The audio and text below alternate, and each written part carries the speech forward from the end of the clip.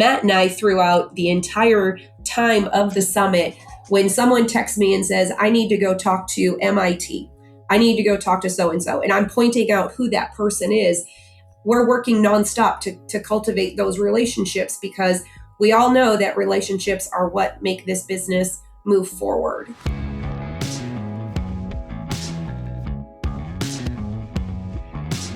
This is the Box Office Podcast. I'm Daniel Loria, the editorial director of Box Office Pro, the pulse of theatrical exhibition.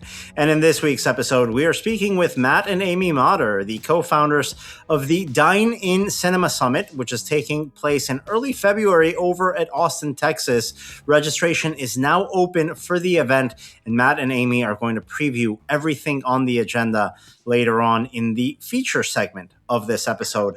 But before we get there, I'm joined by my co-hosts and colleagues, Chad Kennerk and Pahle, to go over all the industry headlines and news, opening the way we usually open episodes, going over what we saw last weekend. And Chad, you got to see the number 2 movie in the country, Primate, which opened to a surprising, I think, 11.3 million, if I'm not mistaken, for a fantastic overperformance for this killer monkey movie. Yeah, it's a lot of fun. I think the reason why it works, it's not a performance capture, motion capture. That's what I'm seeing it tomorrow, because I heard it's actually a dude in a suit.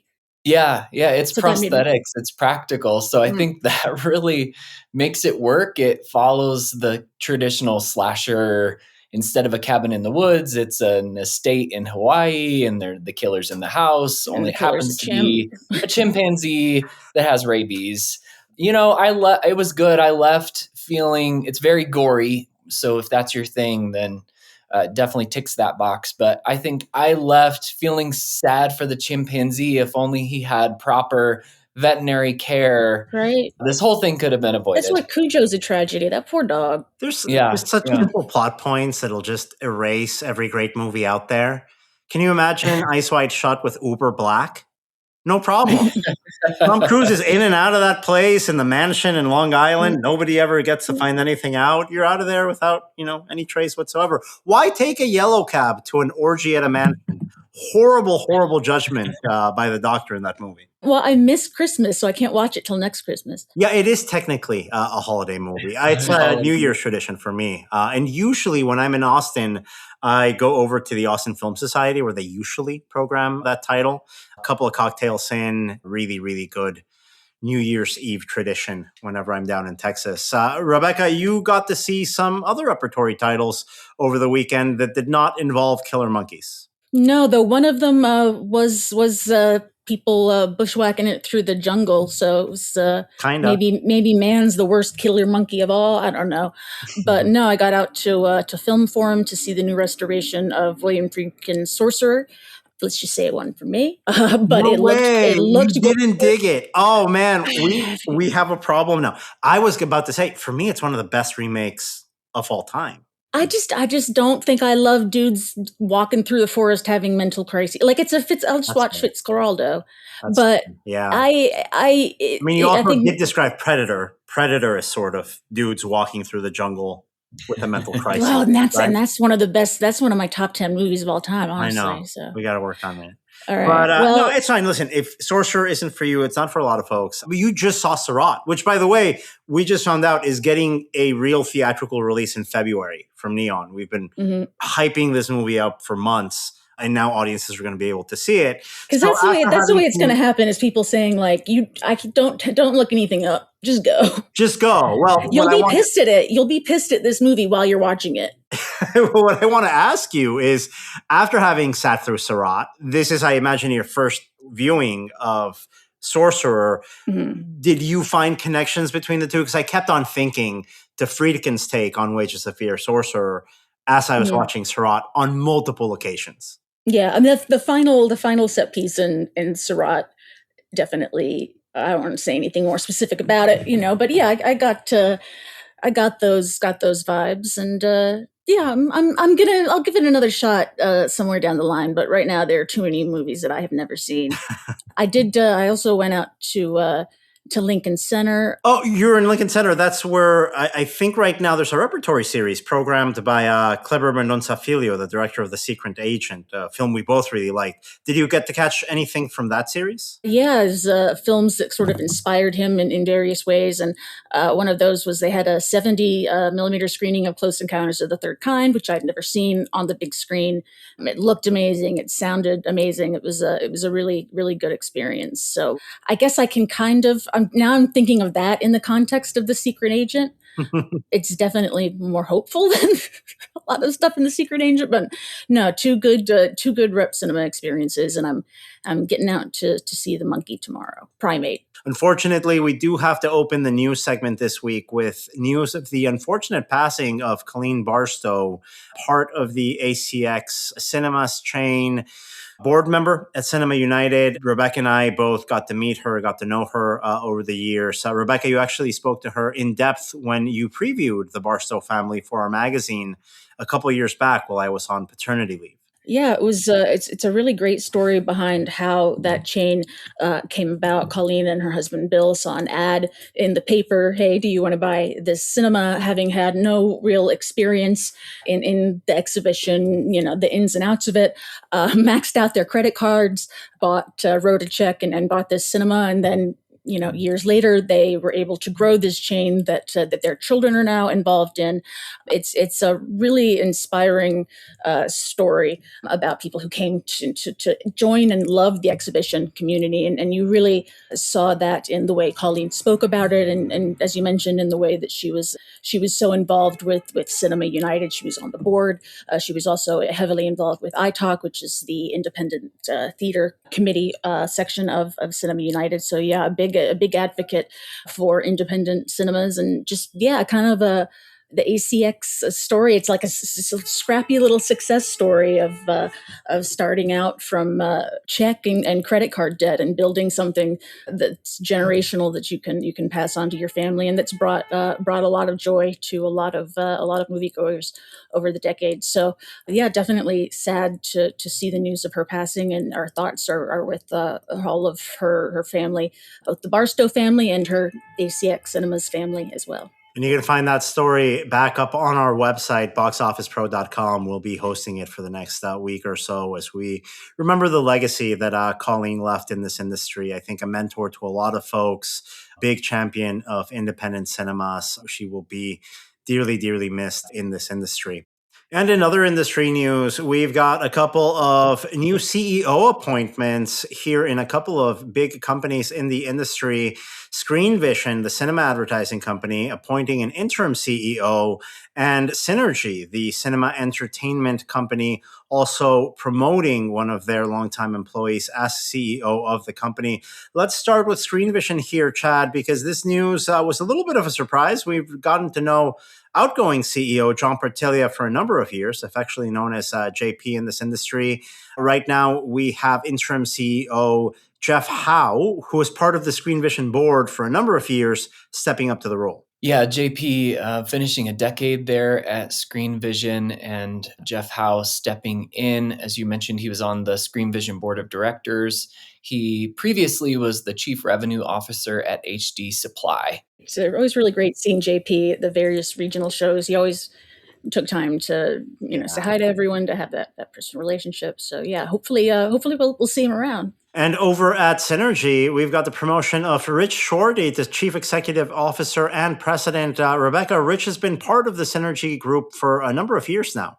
Yeah, he joined Synergy in 2021, so a couple of years, and a big few years for Synergy, which really has been growing since exponentially over these past few years with their location-based entertainment concept. They just opened a gigantic new complex in Midland, Texas. Yeah, Probably I think Texas. around there, if I'm not mistaken. What was it, like 100,000 square feet? Just It's massive place. 100,000 square feet. I think like 80 arcade games. It just looks like a gigantic, amazing place. So yeah, it's been a big couple of years of expansion for Synergy, and excited to see what Shorty brings to the table, because he's already obviously been involved in that period of growth. He came from joining company to being the president and CFO, overseeing a lot of that growth and financial performance.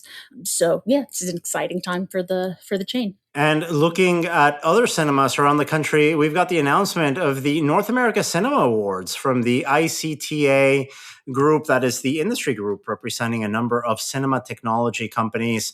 Full transparency, I was part of this jury panel to select a couple of cinemas in terms of new cinemas and refurbishments.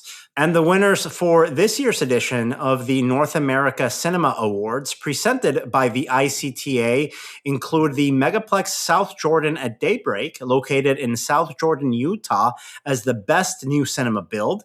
In the Best Cinema Refurbishment category, we've got the Roadhouse Cinemas Roadies Lanes Games Gastropub, located in Tucson, Arizona. As Best Classic Cinema, we've got the Southampton Playhouse, located in Southampton, New York. That is a special category for the Best Classic Refurbishment in the industry. And in the category of Best Use of Technology in a Cinema, we've got the Regal Boise, located in Boise, Idaho. A big round of applause to all those theaters. They were all celebrated at the ICTA Seminar Series in LA this past week. And in this theme of celebrating the best new builds and refurbishments in the industry, we are announcing a new initiative here at Box Office Pro as we are reviving our Blue Ribbon Awards.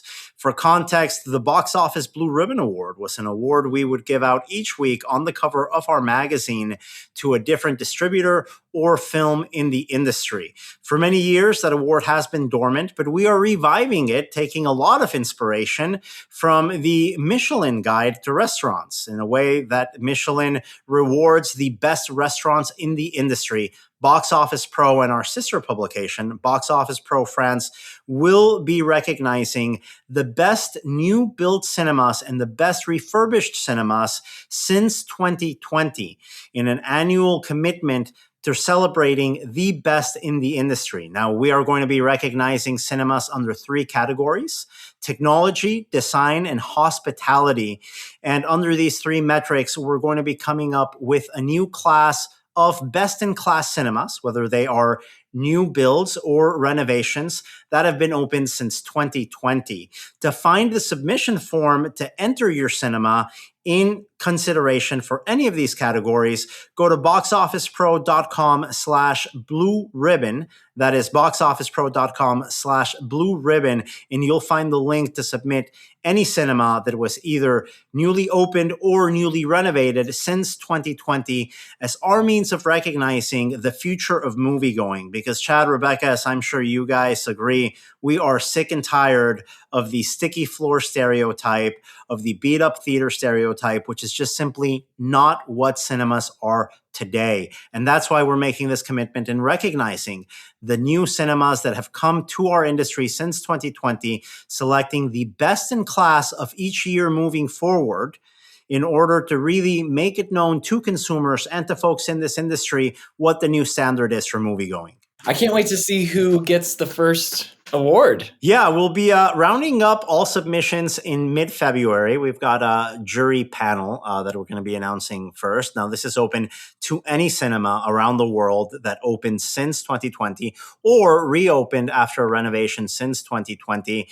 That jury panel is going to be coming up with a class of cinemas to name under this designation, under this certification. Different, of course, from the ICTA NACA Awards, which have a panel that select a single best cinema. This is slightly different in the way that we want to celebrate all of the cinemas that are opening, that are advancing the movie-going experience to audiences around the world. An important story to tell as we look at the box office, which is experiencing a healthy year-over-year gain compared to 2025. 2026 off to a hot start. As we mentioned a second ago, Primate overperforming in its opening weekend, finishing second to Avatar, which continues to dominate the marketplace. This weekend, however, Rebecca, we think it's going to be the end of the road for Avatar as a top film in North America, as we have 28 years later, The Bone Temple, currently tracking to a $15 to $20 million opening weekend. Now, I know you're a big horror fan, Rebecca. How does this title rank in your must-see list? I'm seeing it. I'm seeing it for sure.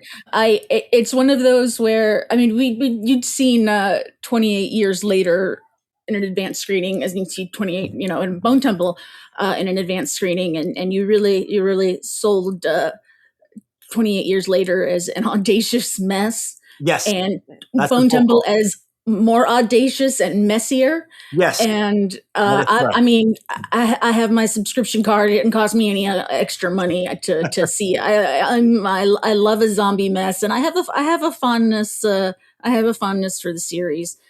It takes decisions that few filmmakers would take, especially with an established franchise. And by the way, we're no longer in the world of self-contained narratives in the 28 Days Later series. This is a direct sequel taking, it starts where the last one left off. I'm not sure it's good in the same way I'm not sure that 28 Years Later is good, but my God, it's interesting. And it is definitely worth watching. Chad, I think that was your reaction to 28 Years Later. Yeah, I had a good time with it. I was definitely on the edge of my seat, and the whole alpha storyline and everything. Like you can cure the zombies. The trailer made me so. The trailer for this one and the first 28 Years Later were both very good. Yeah. If you were into the storyline with the alpha zombies, that's a big focus of this one. That's what I'm hearing. Yeah, and it's going to be interesting to see what everybody's reaction is for that aspect of the title. Brutal in its violence. I mean, Primate was a pretty gory movie. This is going to be right along there with it. I think it's going to play for the core audience. We had a $30 million plus opening weekend for 28 Years Later over the summer. We have a more limited potential for this title, but it makes sense. Once you see it, I think you realize this is really going to be for core fans of this series. And it's not a spoiler because it's something that Danny Boyle has already announced that we heard in person at CinemaCon, Chad, that there is a third entry to the series of 28 Years Later titles planned. And this title ends on a cliffhanger. I don't think I'm giving anything away. It ends in a cliffhanger. The first one ended on a cliffhanger. Okay, I'm prepared to like this movie, and I like the other one, but we got to stop it with you need to have a conclusion to your third act sometimes. I agree with that. And that's why I am calling this more audacious and messier as a movie. And that's not a bad thing, legitimately. That this is unlike any other zombie movie you've seen before. There are elements of other zombie movies, specifically the third Romero title. That would be Day of the Dead, if I'm not mistaken. Is that the military one? That's the military complex one. There's a good amount of Day of the Dead in the background of this. The best thing we can say about these last two 28 Years Later movies is that they are not conventional by any means. If the third entry in this series really brings it home, does that tie it up for you more? Do you think that you look back on the first two in this sequel trilogy differently? That's a good question, Chad. I'm not sure. I really responded to 28 Days Later because it was a take on zombies that I had never seen before, and it opened the floodgates to zombies coming back to the horror mainstream in ways that maybe we didn't anticipate. I think after the extended TV show run of The Walking Dead, the adaptation of the graphic novel, by that point, that show, kind of like zombies themselves, was just around for way too long, outstayed its welcome. There are 5 to 10 different Walking Dead spinoffs. Because of that, and because of all those sequels that happened afterwards, I think the zombie movie definitely took a backseat for me personally as a fan. And the 28 Years Later release, the first one in this planned trilogy that came out last summer, I came in, hopeful, and I came out a little bit bewildered. I think like everybody else, confused by what I just saw and surprised by what I just saw. And that's what we have in this one. I'm not sure if there is a way to drive it home after all of the world building that's happened now across two films, but it'll be interesting to see. I'm not sure if it's an issue where there was too much developed in a world that I think was better experienced as a mystery, or as you know, Chad, that this is really a trilogy that should be looked at as a trilogy, and we can't really pass judgment until we close all those storylines. I'm fascinated by the concept that the zombie apocalypse only happened in England. Yeah, it's kind of weird. I'm curious as to what there is to do with that. Because in the end of weeks, it got to France. That's a whole separate thing. Yeah, they kind of retcon it. I think they retconned it in the one we saw over the summer, if I'm not mistaken. Yeah, they were able to recontain it to England. Yeah, which doesn't really make sense. But you know what? It's a horror movie. It's a movie about zombies. How much are we questioning, right? But that is the least glaring logic challenge that you're going to be facing in the 28 years later movies after you see this one. I think this one is going to take you in a direction that maybe not a lot of viewers are prepared to go down. And that's what's exciting about it. So I'm excited to see how audiences react to that. And now moving forward to our feature segment, we've got Matt and Amy Motter from the Dine-In Cinema Summit joining us to talk all about that event, which is taking place starting on February 2nd in Austin, Texas. Registration is now available for the event. You can register over at dineincinemasummit.com to find all of the information and a way to attend. I can't recommend this enough, guys. Whether you're a dine-in or not, this is a great destination to meet senior members of the exhibition community in a very intimate show. It's a great first taste of what an industry convention can be. Sometimes CinemaCon can get a little overwhelming. So if you're entering the industry or if you're planning to go to CinemaCon, I highly recommend come to this first. It's in February. You'll get to meet some people. You'll get to get some meetings out of the way. And this will give you your sea legs before you get to Vegas in April. And Matt and Amy Motter are going to be joining us after this commercial break.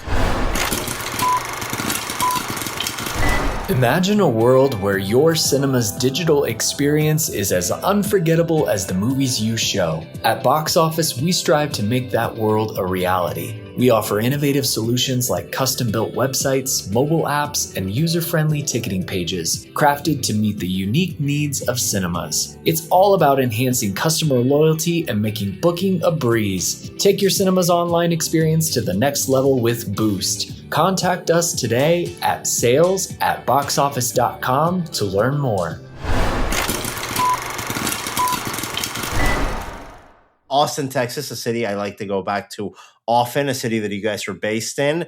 Lots to go into in terms of the agenda, but I always like to open up the conversation in terms of overarching themes that the Dine-In Cinema Summit is going to have this year. And let's start with maybe the first big overarching theme, that calling it Dine-In Cinema Summit maybe isn't the best way to describe it anymore, because this is going to be something much bigger than just for dine-ins only.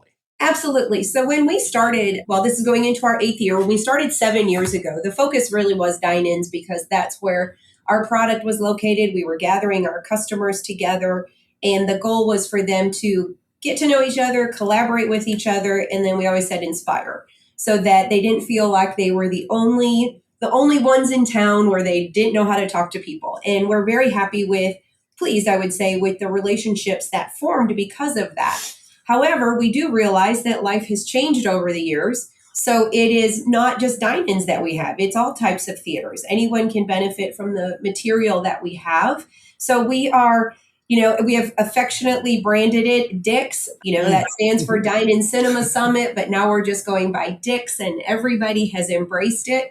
And that's what we're just going to say. Come to DICS. Yeah, it's funny. That's people usually call me that after I park my car here in New York, but I guess that's through association of the event. I don't know. Well, I will say that when you come up with a name of something, you probably should look at what the acronym is first. We didn't. We were just like, we're not CineShow. We're not CinemaCon. We're not Show East. We're not Show South. We're not any of those. We're, a unique entity. And we were like, okay, Dine-In Cinema Summit.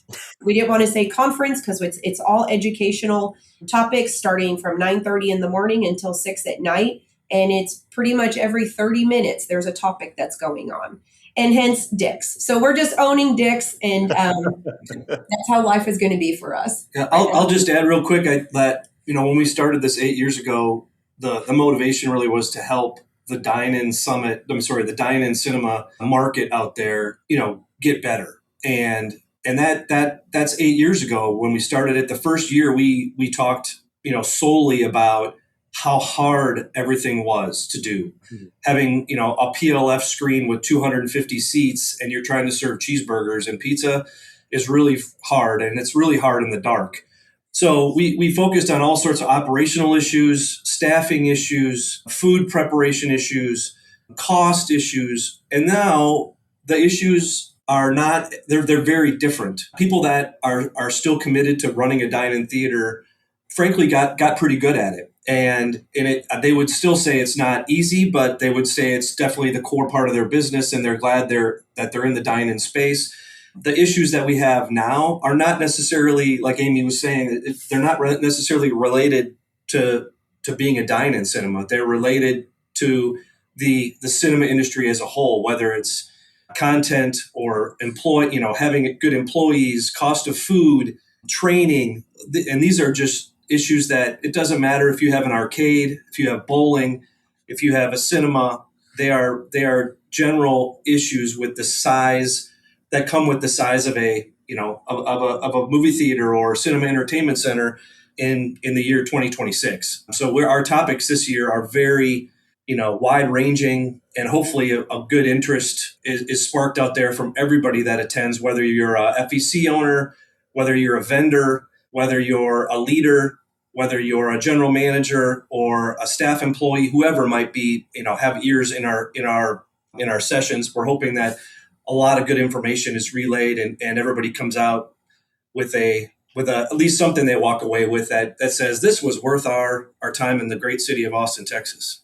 This also speaks to the fact that I think most exhibitors, at least in the United States today, are closer to what we would call maybe not dine-in, but let's say expanded menu F&B, right? Yep. It's a deeper menu than just the, concession staples and soda sort of setup that we used to have really not that long ago, even as late as like 20 years ago. So the definition of dine-in is probably expanding to more and more cinemas and cinema entertainment centers. And that line between hospitality and movie theater is just blurring so much that I think we're closer to the hospitality industry as a whole than the entertainment business, right? Yeah. No, I definitely agree. I mean, it actually brings up a really good point that is touched on in a handful of our sessions. The concept of hospitality is very different in a lot of people's eyes, me being one of them, now than it was 5 or 6 years ago. And for obvious reasons, the pandemic changed the service industry a lot. It changed a lot of things. And the concept of being hospitable to your guest and what the guest expects. And we know this, but when we were growing up, what we expected in terms of how we were treated when we walked into a restaurant when we were 20 years old, very different than what we expect, in our 50s walking in. And just like our parents, what they expected in their 50s is very different what they expect in their 70s. And there's a price to doing that and executing, a hospitality if you're the venue or the restaurant. And so a lot of the challenges that I think our industry faces right now, it's about having a clean environment and making it comfortable for people and making it so that it feels right to be eating a cheeseburger and pizza and drinking, having a martini while you're in the movie theater in the year 2026 and being waited on, or ordering from your telephone and having it be an okay experience, right? At the same time, every restaurant you go into, minus those that we probably don't want to go to as very often, prices are high and gratuities are automatic. And so that, there's just a lot of, in my opinion, there's a lot of friction points that we need to be careful about in this industry when it comes to hospitality, and make sure that we're not, taking a brand that we've built over the last 10, 15, 20 years and sacrificing it for one reason or another is a big part of I think we're going to have a lot of good conversation about that topic at our show. And then, of course, the easy ones that, you touch on every week with your podcast, the challenges that we have in this space with content and how to diversify and leverage the square footage we have in our cinemas to continue to make money effectively month after month, no matter if it's December, January, or February, right? And that's a bigger challenge now than it's ever been. Absolutely. And let's get into the schedule of the event because it starts, as we mentioned, in Austin, Texas on Monday, February 2nd. You've got your very first golf event, which is usually a staple of most conventions, of most shows. Guys, I've been avoiding learning this sport for years. And now that you've fallen prey to the golf event, to kick off an event, what are you doing to me? I mean, couldn't we do like ping pong? It's not our fault. Here's the funny part is I'm not a golfer either. I took golf lessons, and the guy, this was like 30 years ago, and he suggested it just wasn't my thing, and that I probably should continue it. So I might have been the one that has been doing pushback mostly regarding a golf activity. So we are calling it the Golf Social. And you may participate in one of two ways. You may be a golfer or you may be a golf socialite. I will be a golf socialite. And that is, you may either drive a cart. I'm going to have jobs for the socialites to do, but it's just a way to still participate in networking. And that really is the core of this event, is for everybody to be networking. It's a fun event. It's not going to be competitive. It's going to be a good, fun social event. No, Irwin Seatings is sending down a recliner, and we're going to have like who hits the seat. We're going to put that on one of the courses. So in typical Dick's fashion, we'll be having a lot of fun with it. The whole point of it really is it's just another networking opportunity. And it will be from 12 until 4 on that Monday. So anybody flying in, if they fly in that morning, you'll have lunch. It is outside of what the registration is for the summit, but we will right now, and then you'll come back to the hotel and then head to our first kickoff event, which is where everybody gets the coveted swag bags that we give for the summit. So it's just something to do on that afternoon before the official conference starts. And that first event is going to be the Party Begins, so that you're hosting at the Haywire restaurant down in Austin. So it's always a good opportunity to just see everyone there in early February in Austin. And of course, Tuesday morning is when things kick off at Film Alley in Georgetown, Texas. Not a far drive from Austin. What's that, like 20 minutes, right? So yeah, where we are this year, we're kind of moving things around to hit a different part of Austin. So you're not necessarily going to be downtown. You're going to be in the Domain area, which is I would say just our bougie shopping area. There's bars, there's restaurants, there's shopping, residential. It's something that kids, I say the kids and adults spend a stupid amount of money at, but we're going to be staying there. So it will be about a 20-minute drive at most to get to Georgetown that morning. Again, the buses will take you there, courtesy of all our bus sponsors who are making sure that there will be food and beverages on those. But upon arriving to Film Alley, you'll have breakfast, and then we'll get right into education. Yeah. And the agenda, I love the way that you guys separated it into 4 categories. Let's adapt, which I think is very reflective of where we are as an industry, being forced into, let's say, new business practices with new partners on the studio side. Then you've got another category on food, beverage, and a kitchen, an additional one on operations, pricing, and data, and then the final one on the just general observations, general educational components. Let's start with your Let's Adapt category of programming, because in this event, it's going to be going through Thursday of that week. There's a lot of opportunities for panels, for discussions. What are the highlights from the Let's Adapt category? I would summarize the highlights to be a simplification of what we covered over the last 3 years at our show for our attendees, which was, how to diversify your business by adding family entertainment center concepts. So previously we had great partners like Dave Wallace from Turfway Entertainment, as well as great partners like Brunswick and Betson and Cubica and Schaefer. Delta Strike, yeah. So these are all FEC vendors that are out there. And as we were preparing for this show this year, I had some conversations. We had some conversations with some people that attended, but also some of the vendors. And this year we're hoping to take a little different approach, which is to really, instead of throwing all these different opportunities to diversify at the cinema audience, we're going to try to simplify it a little bit and get more specific about how you can, take your 10-screen cinema and make some changes to it that over the last several years have been proven winners, right? So to try to reduce the risk and the anxiety and whatever you want to, and maybe even the length of planning and all those elements that keep a cinema from diversifying, we're going to try to simplify it so that we hope the audience walks away and says, well, now I have some good use cases that I've heard about.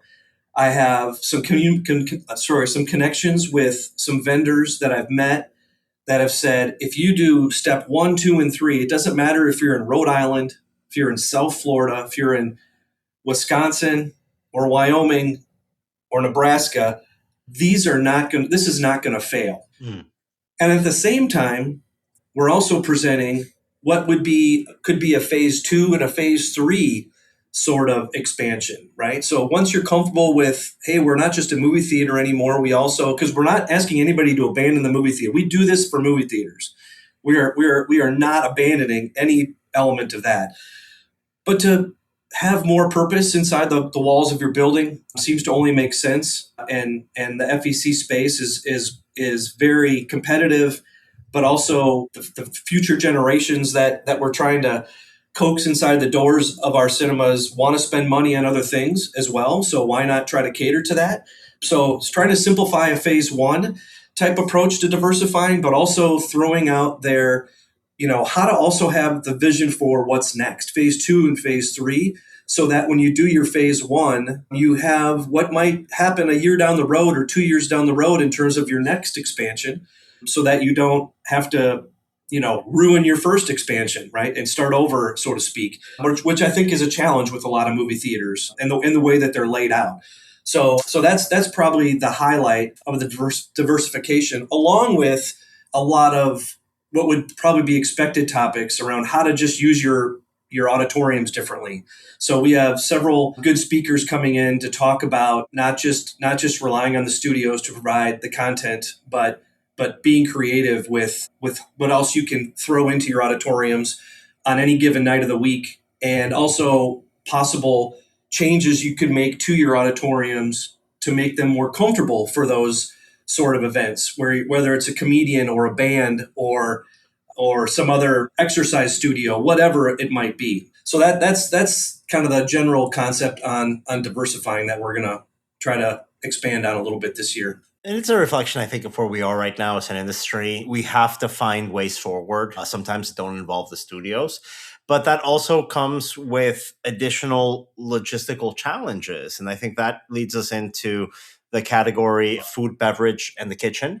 Because as you mentioned, it's not only about making sure you're staffing and you're paying the utilities, you're paying rent. You've got to make sure that your food orders are well supplied, that your kitchen is well stocked. And if people don't come through the door for a couple of weeks, having that pipeline mistake on ordering too much and having to throw away a bunch of food that gets unordered can really create an additional level of stress for exhibitors that are already dealing with, let's say, a weak Q1 box office. So let's talk about that food, beverage, and kitchen category. What are some of the highlights on that part of the schedule for you guys? Well, you're going to be orchestrating one of the highlights this year with our, I mean, this is your softball pitch we're giving you right here. So to our listeners, I've been in this industry since 2013. I've been doing panels all over the world. I've never been more excited to host a panel than this one. And this is actually the first panel that I pitch anyone, anywhere. I went to Matt and Amy and I said, hey, I love going to dine-ins. And wouldn't it be great if we get like a high school style battle of the bands, but if we call it Battle of the Brands, and we get all the cinema dine-in chains that want to participate in the Austin area to do a cook-off. And we get a panel of people and we get to decide who has the best either burger or handheld, the best cinema concession on the dine-in space. And Matt and Amy, to your credit, you guys jumped on it. And we've got 5 exhibitors already signed up for this challenge. That's right. Yeah. I mean, we are so excited. I was actually pretty surprised, to be honest. I mean, not that people don't, luckily we get good support from all especially around here, all our customers. Of all of our customers. They're amazing. Yeah, they're amazing. And everybody that's participating has hosted us at one point or another as part of the summit over the years. So they're familiar with what we do. And but I was actually really surprised with some of the very quick responses to "we're in and we're going to win" kind of comments. It's competitive. I'm surprised how competitive it's getting. Well, I can tell you where the competitiveness comes from. I mean, as you know very well, I'm sure, Daniel, a lot of people that are in this industry currently have been in this industry a long time and have also worked at other chains or other circuits, right? So, when you move from, Sinopolis over to Alamo Drafthouse, or from Alamo Drafthouse over to Flick's Brewhouse, or Flick's Brewhouse over to Hookie, for example, right? People at those places, and the guy that runs food and beverage, right? And they also keep a very close eye on the menus that they offer to their audience inside their theater. Because, to be honest with you, we're lucky here in Austin. We have a lot of really good dine-in theaters that have really good menus, and a lot of it. Dine-ins, Matt, food. Yeah. Austin is one of the food capitals of the United States. Right. If you go to a movie theater and you spend your consumer dollar on eating there, that food better be up to par, which is what I love about Austin. That's how competitive you guys are, because you have to be over there in order to have a functioning dine-in theater. Yeah, no, I agree. Sure. I think that definitely does not hurt. And then we've got, of course, a number of other categories. Let's talk about a little bit on the operations, pricing, and data side, because that is a core part of cinema operations today. Not just making sure that the cash register is full at the end, but am I reaching the right people? Am I getting the right insights? Am I putting everything that I can into the analytics side of the equation to maximize the value of my guests? Yep. Right. So over the last, since we started this show 8 years ago, the point of sale as a tool for the cinema space has always been one of our most popular topics. And it continues to be a very popular topic, because dine-in theaters are not normal restaurants. They are huge. They are much bigger than your normal restaurant. They schedule things differently. The table setup is not like a normal restaurant. And so the point of sale has always been an interesting topic. And because of how the point of sale works and the other systems like ticketing and other things that are at play, over the years, there's been a lot of challenge with how do you get the data about what's happening in your restaurant, your cinema, at any given time, when you have ticketing being done by one company, perhaps, and food and beverage being done by another company, perhaps, and payroll, yet another company. And so this has always been an interesting topic for us to expose to the audience. The last few years, we actually introduced the concept of like ordering food and beverage from your phone at our show back, I believe, in 2019. And no one was doing it then, but it was on everybody's radar.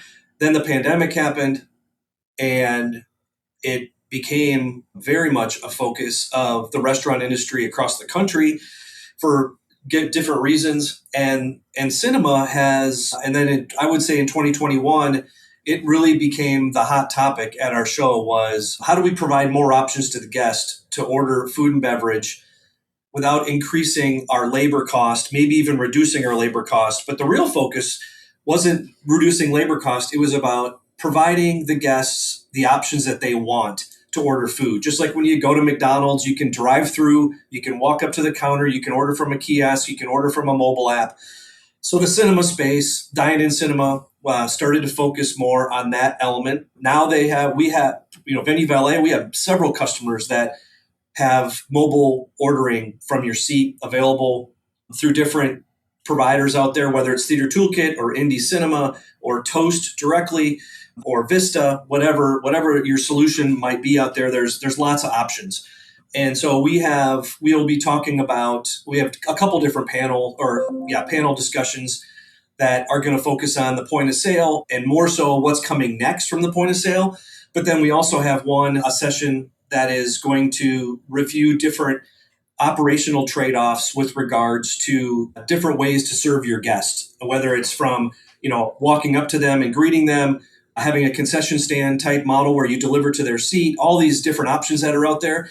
We're going to have hopefully a pretty interactive and data-driven panel that walks us through some good data and use cases, that because we have some good data now over the last couple of years that says what works in certain markets might not work in others. But to your point, Daniel, like, how do you measure this stuff, and how do you make sure you're making the right decision when you change operational details for one reason or another? And there's lots of reasons right now why cinemas are making operational changes, anything from the cost of food to the cost of labor to the amount of showings that they're doing every week. There's lots of reasons why operations is more challenging now than it's ever been in this industry. And of course, an event like this wouldn't be possible with the support of your sponsors. Who are your big signature sponsors for 2026? Well, we are very fortunate. We remain grateful to Spotlight Cinema Networks, who jumped on board with us 7 years ago. And they have just been an incredible partner as our presenting sponsor. If you don't know them, get to know them. DFX is our audiovisual sponsor. So last year we developed a partnership with them so that we could bring a little class to our event. That's right. That's how we describe it. We brought a professional team in, and they're taking care of that. Our featured sponsors, Agile Tickets, Theater Toolkit, of course, Venue Valet, and this year we added Fandango onto our featured sponsor list. And then we have, in addition to that, 40 other sponsors, 40 plus. And then we have roughly over 50 speakers that will be speaking. And I sat down and roughly calculated that there will be over 150 people that will be working that week at all the different theaters to make this event possible. And so we're grateful. I mean, I'm grateful that when I call and ask people to sponsor, they do. Our happy hours this year are sponsored by Decibel Studios, EDC, and MIT. You get to take your commemorative glass with you. We brought on new this year, J&J Snacks. They'll be doing our snack break through the day. We're grateful. I'd say our cup runneth over when it comes to this, because everybody believes in what we're doing and they are helping us out to make this happen. We have, just to reiterate, our education is Tuesday, Wednesday, and Thursday from 9:30 to 6 p.m. We have networking dinners Monday, Tuesday, Wednesday night. All of our networking events, we rent out the restaurant so that it is just our group. And the goal, we don't allow kidnapping. I always have to say that at the start of it. We don't allow vendors to kidnap anybody, because everybody is there for the common goal of networking with each other. But however, vendors do sit down and meet with early breakfast, even though we provide you breakfast, lunch, and dinner. And then Thursday night is an open night where vendors tend to take out their prospective customers. And then also networking happens on the buses, party buses. That's so much of it. I've made so many professional contacts in those bus rides from point A to point B. The bus rides. I mean, last year, one bus turned into the karaoke bus, but we wouldn't be where we are without the buses, because so many things happen. And all of a sudden you sit down and you needed to talk to so-and-so, and there's a 20, 30-minute bus ride. So we're grateful for all of that. This year, I'm proud to say we have 14 new sponsors. People are like, who are the new sponsors? You go on our website and there's a cherry on the top of their little badge. That's their first time. So we're excited for them to experience what our life is like for 5 days, but it's 4 straight days and for the summit, and then we rest on the Sabbath, which is Friday. Well, I can just really, really drive home the idea of how important this event is, I think, for a lot of cinema operators. CinemaCon is great, but as we all know, the second you touch down in Las Vegas, as soon as you get out of that airplane until you board back, every second of executives' times is called for, right? It's really hard to get a hold of people. It's really hard to get in someone's meeting. Meetings run long. CinemaCon is so important to our schedule, but it's also a very structured sort of event. If you want to get business done early and you don't want to rely on what if I don't get time with so-and-so, go see them at the Dine-In Cinema Summit. The Dine-In Cinema Summit is such a great opportunity to meet with top-level executives from the cinema industry, both on the vendor side and on the cinema chain side. And this is where you get that FaceTime. This is where you get that coffee, where you get the real conversation, and you don't have to wait until April to maybe get an extra moment before the Disney presentation starts, right? And right now, registration is open and available. I'm looking at you, exhibitors. Please join us down here in Austin. Amy, Matt, where can people find information on how to register? They can go onto our insanely detailed website at www.dineincinemasummit.com. And all the links will take you to everything we've talked about. And Daniel, to your point, because we're vendors in this industry, we know exactly how hard it is to meet with people at CinemaCon and at all the other trade shows that are out there. And we've taken that challenge and we've made it easier by what I affectionately call forced family time with everybody here, where we're curating a smaller environment. We're curating a tight schedule. We're curating different events that allow you to, instead of 5,000 people at CinemaCon, you just need to find the person you need to talk to amongst 250. And Matt and I, throughout the entire time of the summit, when someone texts me and says, I need to go talk to MIT, I need to go talk to so-and-so, and I'm pointing out who that person is, we're working nonstop to cultivate those relationships, because we all know that relationships are what make this business move forward. And that was Matt and Amy Motter from the Dine-In Cinema Summit joining us here on the Box Office Podcast. Earlier, you heard from my colleagues, Rebecca Pahle and Chad Kennerk. We'll be back with a new episode next week, so don't forget to subscribe, rate, and share with your friends. That is the best way to ensure for us to keep on doing this episode week after week. Thanks for joining us, and we will talk to you again next week.